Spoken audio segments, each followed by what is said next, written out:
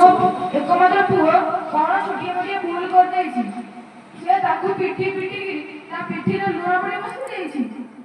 ତାଙ୍କ କଣ ସବୁ ଲୁଣ ପାଣି ବସିଛି? ଏ ପର୍ଯ୍ୟନ୍ତ ବୟସ ମୁଁ କେତେ ଶିବ ପୁତି ପୁତି ମୋ ପୁଅକୁ ପାଇଛି, ମୋର ଏକଇ ପାଳ କିଛି କେଶନ, ତମେ ତାକୁ ପିଟି ପିଟି ଲୁଣ ପାଣି ବସି ଦେଇଛ। ଆଜି ପର୍ଯ୍ୟନ୍ତ ମୋ ପୁଅକୁ ଚୁନାଟା ଖାଇছে କାହା ବୋଲି ମତେ କିଛି କହିନି। ସେ ମାଷ୍ଟର ଆଜି ମୋ ପୁଅକୁ ପିଟି ପିଟିକିରି ମୋ ପୁଅ ପିଠିରେ ଲୁଣ ପାଣି ବସି ଦେଇଛି। ଆଜି ସେ ମାଷ୍ଟରକୁ ଦେଖିଲି, ସେ ମାଷ୍ଟରଙ୍କ ଦିନ ମୋର ଦିନ।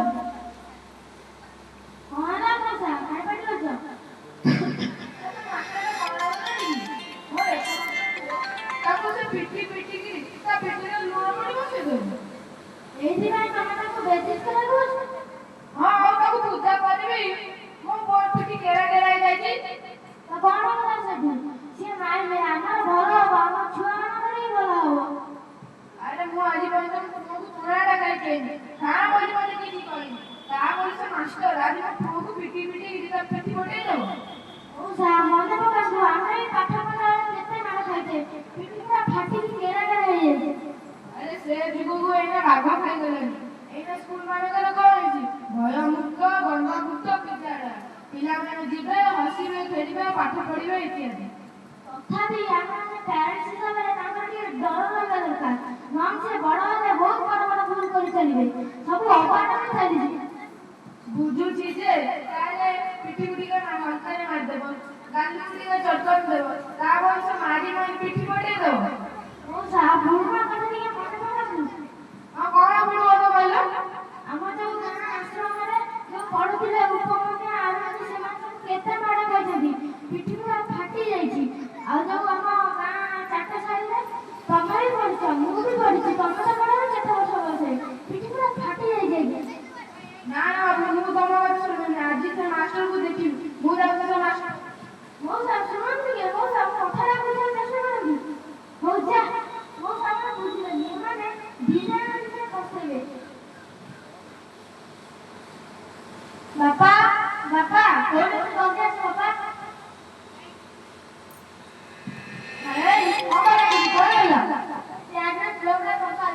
ଟଙ୍କା ଖୋଜୁଛ, ମତେ ବୁଲୁଛ। କଣ ଏଇଟା କୋଉଠୁ ଆଣିଲି? କୋଉଠି ଥିଲା ଏଟା? ଯାଇଥିଲେ ପାନ ଦୋକାନ ବାପା। ଆରେ ସେ ଟଙ୍କାଟାକୁ ଚୋରି କରିକି ନେଇକି ପଳେଇ ଆସିଲୁ? ଆରେ ବଦମାସ! ତମେ 10 ବର୍ଷ ପୂର୍ବେ ଉଠିବେ, ଆଜି ଉଠିଲେ ଲାଭ ନାହିଁ ବାପା। ଆରେ କୁଳାଙ୍ଗାର, ତୁ ସେ ଟଙ୍କାଟା ଚୋରି କରିକି ନେଇକି ପଳେଇ ଆସିଲୁ? ମୁଁ ତତେ ଏଇ ଶିକ୍ଷା ଦେଇଥିଲି। ଏଇ ପରିସ୍ଥିତିକୁ ଆଣିବା ପାଇଁ ଉତ୍ସାହିତ କରୁଛ ବାପା। ମୁଁ ତତେ ଉତ୍ସାହିତ କରୁଛି? କେମିତି ଉତ୍ସାହିତ କରୁଛି କହିଲୁ? ଯେତେବେଳେ ମୋ ସାଙ୍ଗମାନଙ୍କ ସହିତ ମୁଁ ମାଡଗୋଳ କରେ, ତମେ ମତେ ପାଟି କରି ମୋ ସାଙ୍ଗମାନଙ୍କୁ ଗାଳି ଦେଇଛ। ଯେତେବେଳେ ମୁଁ ପେନ୍ସିଲ କାଟୁଛି କରେ, ତମେ ମତେ ପାଟି କରି ମୋ ଶିକ୍ଷକମାନଙ୍କୁ ଗାଳି ଦେଇଛ। ସେଇଥିରେ ମୁଁ ଉତ୍ସାହିତ କରୁଛି ବାପା। ତା ବୋଲି ତୁ ଆଜି ଏଡେ ବଡ ଚୋରି କରିବୁ? କଣ ହେଇଛି ମଉସା, କାଇଁ ପାଟି ଶୁଭୁଛି? ଦେଖୁନ ବାବୁ, ଜଣେ ଭଦ୍ର ବ୍ୟକ୍ତି ବ୍ୟାଙ୍କରୁ ଟଙ୍କା ଆଣିଥିଲେ, ଇଏ କୁଳାଙ୍ଗାର ସେ ଟଙ୍କା ଚୋରି କରିକି ଆଣିଛି। ଦେଖିଲ ତ ମଉସା, ମୁଁ ଆଜି ଏ ପରିସ୍ଥିତି କଣ କେତେ ତଳକୁ ଖସିଗଲା। ମନେ ପକାନ୍ତୁ, କେତେ ବର୍ଷ ତଳେ ଆପଣଙ୍କୁ ଏଇ କଥାଟା କହିଥିଲି ଯେ ଛୋଟ ପିଲାଙ୍କର ଛୋଟ ବଡ ଭୁଲକୁ ସହଜରେ ମାନି ନିଅନ୍ତୁନି।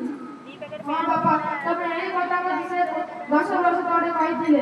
ଯଦି ମୁଁ ସେଦିନ ତମ କଥା ମାନିଥାନ୍ତି, ଆଜି ମୋତେ ଏ ପରିଣାମ ଦେଖିବାକୁ ପଡିଥାନ୍ତା।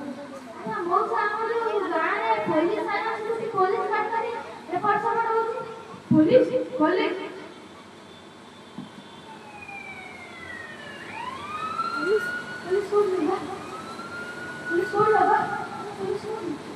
ଦେଖୁନ କୁଳାଙ୍ଗାରଟା ଟଙ୍କା ଚୋରି କରିକି ଆଣିଛି। ପୋଲିସ ଗାଡ଼ି ଏଇପଟକୁ ଆସିଛି। ମଉସା, ଇଏ ଏତେ ଜୋରରେ ଅଟୋ ଚଲେଇକି ଦୌଡୁଛି, ପୋଲିସ କଣ ସମସ୍ତେ ସନ୍ଦେହରେ ଇଏ ହିଁ ଚୋରି କରିଛି। ଆଜ୍ଞା, ଦେଖିଲ ତ, ମୁଁ ମୋ ପୁଅକୁ ଅନୁଶାସନରେ ରଖିନଥିଲି, ଜମକ ଦେଉନଥିଲି, ଅତି ସ୍ନେହ ମମତା ଦେଇଥିଲି ବୋଲି ମୋ ପିଲା ଅବସ୍ଥା କେମିତି ହେଇଛି। ତେଣୁ ମୁଁ ଆପଣଙ୍କୁ ଅନୁରୋଧ କରୁଛି, ଅତିରିକ୍ତ ସ୍ନେହ ସହିତ ପିଲାମାନଙ୍କୁ ଅନୁଶାସନରେ ରଖିବା ଦରକାର, ଯାହାଫଳରେ ମୋ ପିଲା ଭଳି କେହି ନ ହୁଏ। ଆଉ ଗୋଟେ କଥା ମଉସା, ଆମ ବିଦ୍ୟାଳୟରେ ଯୋଉ ଲେଖା ଅଛି ଦଣ୍ଡମୁକ୍ତ ଭୟମୁକ୍ତ ବିଦ୍ୟାଳୟ, ଆମେ ସୁଯୋଗର ଫାଇଦା ଉଠେଇଛୁ। ଆମେ ପିଲାମାନଙ୍କୁ ସ୍ନେହ ଶ୍ରଦ୍ଧା କରିକି